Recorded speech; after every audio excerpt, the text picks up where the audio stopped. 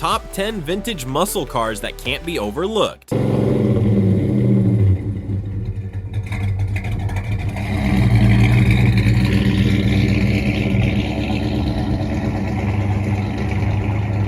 Many of the classic Mopar muscle cars that were famous for their massive horsepower actually came standard with small V8s or even V6s. The Plymouth Belvedere GTX, introduced in 1967, however, had a 440 in the base model with a 426 Hemi option, which is how things should be done. Originally offered as a Belvedere variant, it eventually became its model and was positioned as an upscale version of the stripped-down Roadrunner. Marketed by Plymouth as the gentleman's muscle car, it was anything but polite on the street or the track and was more of a savage beast. With the optional Hemi engine, the GTX was one of the fastest Mopars of the classic era that devoured Fords and Chevys before demanding seconds. While not as well known as other Plymouths like the Barracuda, the GTX was an important part of muscle car history.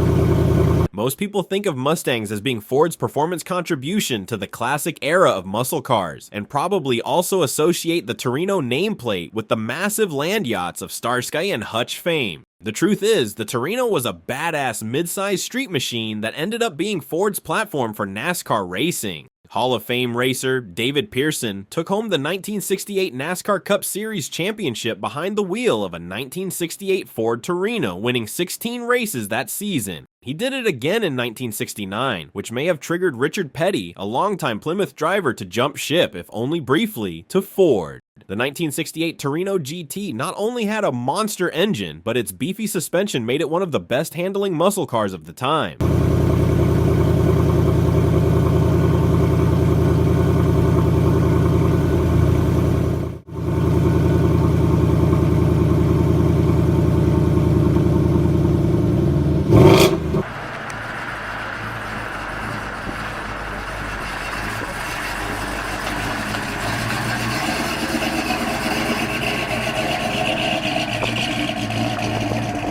The Chrysler 426 Ci V8 is the ultimate Mopar muscle car engine, but the 446 pack is so emotionally linked to the Dodge Super Bee that anything else under that scooped fiberglass hood would seem weird. In mid-1969, Dodge introduced the A12 package, exclusive to the Super Bee, that had the 440 Ci V8 with an aluminum intake manifold and 3 2-barrel Holley carbs, which is where the 6-pack comes from. The Super Bee was a Coronet variant made from 1968 to 1970, before its final classic era year as a Charger trim. It was Dodge's answer to the Plymouth Roadrunner as a stripped-down, no-frills street performer. The A12 Super Bees didn't even come with mag wheels, just black steel wheels with no coverings, because this wasn't a car that was about pleasing the senses. It was made to offend them with its raw power.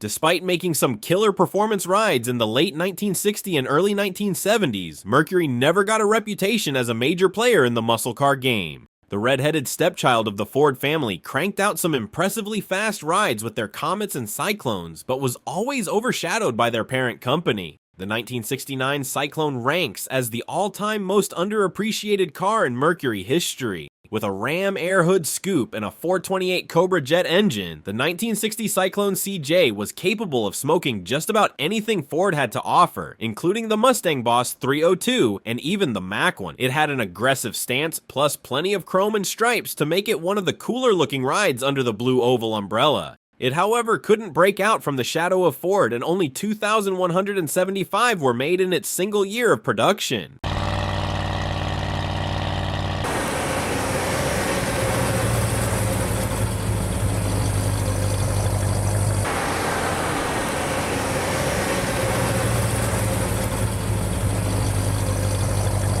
The Buick GSX was a performance package of the Grand Sport, which itself was a performance version of the Skylark that came with a Stage 1 performance package in 1970. For those keeping track at home, that's 3 steps up from a base Skylark and the absolute legal limit to how many times the word performance can be squeezed into a single sentence. The 1970 GSX Stage 1 came standard with a 455 cubic inch V8, which is the ultimate base model power plant. It was only available in Apollo White and Saturn Yellow, but came with every Buick option available, making it the most well-equipped muscle car of the classic era. It was Buick's answer to the Chevy Chevelle SS, Pontiac GTO Judge, and Oldsmobile 442 W30, which all pretty much the same car, but never got as much love as its GM cousins.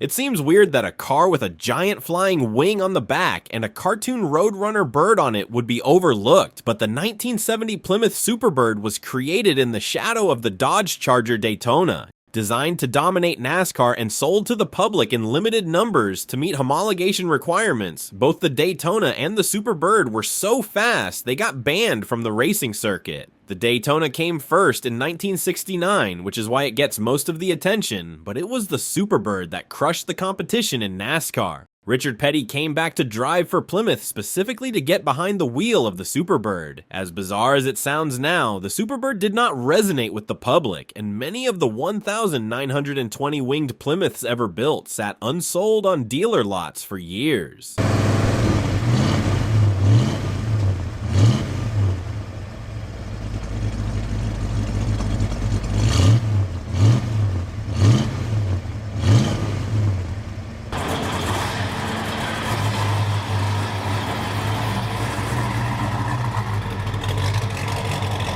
The Chevrolet Monte Carlo, like the Ford Torino, is more associated with its pimped-out luxury late 1970s version than a serious muscle car. The 1970 Monte Carlo SS was one of the baddest things on the road in the classic era, but was tragically slept on, maybe in part because its name doesn't sound as blistering fast as a Camaro or Firebird. Meant to be an upscale luxury performance ride like the Pontiac Grand Prix, only 3,823 454 equipped SS cars were ever sold. Haggerty calls the first-gen muscle cars a steal, noting, Monte Carlos remain bargains that offer more muscle and style per dollar than many of their peers. An excellent condition.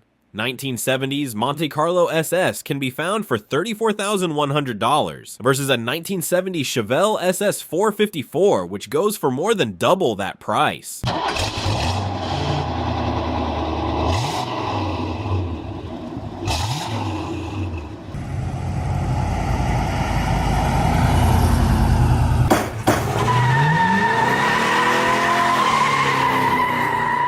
The Pontiac GTO started the classic muscle car era craze in 1964 and is hardly an obscure car.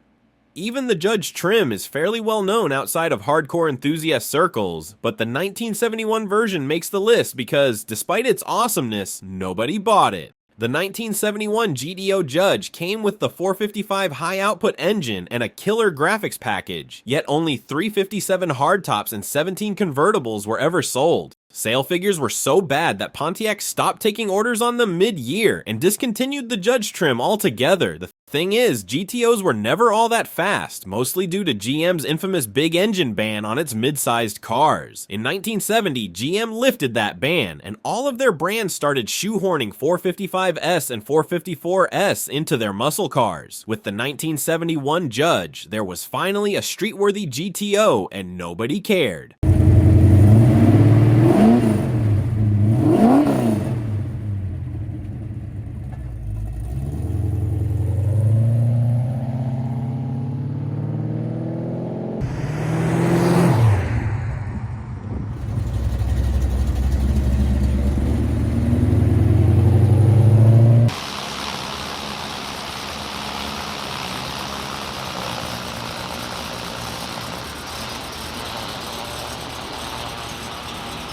AMC made some cool budget muscle cars in the classic era, but most of them were compact and even subcompact rides. They also never put an engine bigger than 360 cubic inches of displacement. The 1972 Matador with the Machine Go package was a mid-size coupe that came with the newly introduced 401 Ci engine, making it the first AMC muscle car to hit all the parameters of the definition. Granted, a 401 isn't a 426 Hemi or an LS5 454, but it finally broke AMC out of the doldrums of the 300S. The 1971 Matador with the Machine Go package was a replacement for the awesome Rebel machine, which was a total flop and in turn failed itself. Only around 50 Matadors with the 401 Ci Machine Go package were ever sold, making it the rarest factory production AMC muscle car.